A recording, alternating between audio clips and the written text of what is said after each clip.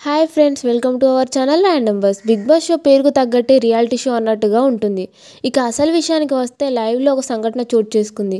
ఇక నామినేషన్ విషయంలో ప్రతి ఒక్కరు కూడా మణికంఠనే టార్గెట్ చేసి నామినేషన్ చెప్పారు. తనలో ఉన్న బాధను వ్యక్తపరుస్తుంటే సింపతి గేమ్ ఆడుతున్నావు, సింపతి స్టార్ అంటూ అప్పుడే ట్యాగ్ కూడా పెట్టేశారు. కానీ లైవ్లో తన బాధను అర్థం చేసుకుంది ఓన్లీ విష్ణుప్రియ అని చెప్పాలి. ఇక విష్ణుప్రియ ఈరోజు మణికంఠ దగ్గరికి వెళ్ళి, మణికంఠ నీలో చాలా బాధలున్నాయి, నువ్వు లైఫ్లో అందరికన్నా ఎక్కువ ఫేస్ చేసావు, కానీ అన్నిటికీ సమాధానంగా ఈరోజు దేవుడు నీకు ఒక ఛాన్స్ ఇచ్చాడు. ఇక్కడ ఎప్పుడు ఏడుస్తూ ఉంటే, అలాగే మీ ఇంట్లో ప్రాబ్లమ్స్ అన్నీ ఇక్కడ చెప్తే ఏదో సింపతి గేమ్ ఆడుతున్నావని హౌస్మేట్సే కాదు బయట జనాలు కూడా అనుకుంటారు అన్నది.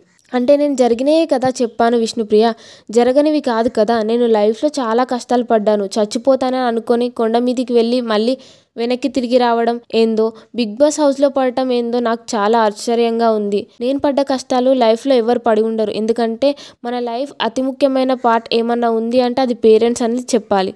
అలాంటి పేరెంట్స్ నాకు దూరం అయినప్పుడు నేను ఎంత బాధపడ్డానో నాకే తెలియాలి. వీళ్ళందరూ కూడా నువ్వు మాట్లాడట్లేదు, నువ్వు ఎవరితో కలవట్లేదు అంటే, ఒక మనిషి లోన్లీగా ఉన్నప్పుడు వెంటనే జనాలతో ఎలా కలుస్తారని మణికంఠ అనడంతో వెంటనే విష్ణుప్రియ, నేను నీ బాధను అర్థం చేసుకున్నాను కాబట్టి ఈరోజు నీ దగ్గరకు వచ్చి ఓదార్స్తూ ఉన్నాను. నువ్వు అవేమీ పట్టించుకోకు. ఇక్కడికి నువ్వు వచ్చావు, నేను వచ్చాను, అందరూ వచ్చాము. ఓన్లీ బిగ్ బాస్ ట్రోఫీ కోసం కాబట్టి నువ్వు నీ ఎమోషన్ని కంట్రోల్ చేసుకొని నువ్వు ఎలా అయితే ఉండాలి అనుకుంటున్నావో, ఆడాలి అనుకుంటున్నావో అలాగే ఆడు అని విష్ణుప్రియ మణికంఠకు అండగా నిలిచింది. మరి మొత్తానికి విష్ణుప్రియ మణికంఠకు సపోర్ట్ చేయడంపై మీరేమంటారు అనేది సరే కామెంట్ రూపంలో తెలియజేయండి. ఇలాంటి మరిన్ని లేటెస్ట్ లైవ్ అప్డేట్స్ కోసం చూస్తూనే ఉండండి ర్యాండమ్ బజ్.